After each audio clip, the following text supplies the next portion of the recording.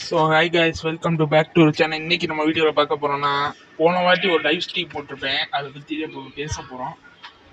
அந்த ஸ்ட்ரீம் என்னன்னா, நம்ம சேனலில் பாதி பேர் பார்க்கவே மாட்டேங்கிறீங்க, அதை போய் பாருங்கள். இந்த வாட்டி நான் வேற ஒரு யூடியூப்லேயே ஸ்க்ரீன் ரெக்கார்ட் பண்ணாமல் வேற ஒரு ஆப்பில் பண்ணிக்கிட்டு இருக்கேன்.